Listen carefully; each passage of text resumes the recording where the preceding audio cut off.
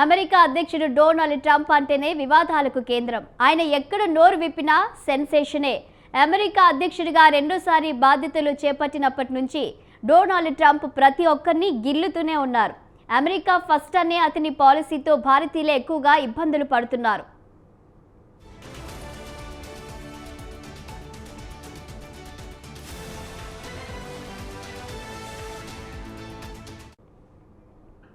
అమెరికాలో ఉద్యోగం చేయడమైనా చదువుకోవడమైనా భారతీయులకు ఓ స్టేటస్ సింబల్. ఇటీవలి కాలంలో ఉద్యోగాలకు విద్యకు అమెరికా డెస్టినేషన్గా మారింది. ఎంత ఖర్చైనా పర్వాలేదు, అమెరికాలో ఉద్యోగాలు చేయడానికి చదువుకోవడానికి భారతీయులు క్యూ కడుతున్నారు. ఇది ఎంతగా అంటే మెక్సికో తర్వాత అమెరికాలో భారతీయుల సంఖ్య ఎక్కువ.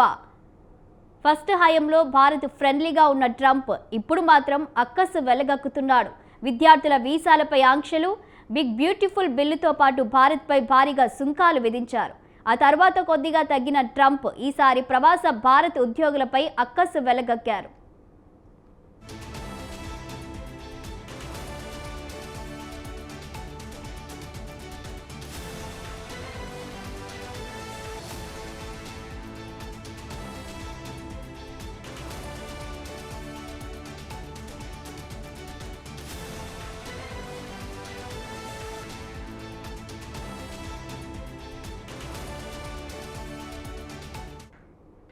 గూగుల్, మైక్రోసాఫ్ట్ వంటి అగ్రశ్రేణి టెక్ కంపెనీలకు డొనాల్డ్ ట్రంప్ తీవ్ర హెచ్చరికలు జారీ చేశారు.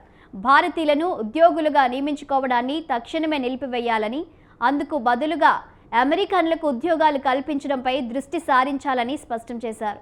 ఈ ఆదేశాలు భారత ఐటీ రంగానికి, అమెరికాలో ఉద్యోగాల కోసం ఎదురు చూస్తున్న భారతీయ నిపుణులకు ఆందోళన కలిగించే అంశంగా మారింది.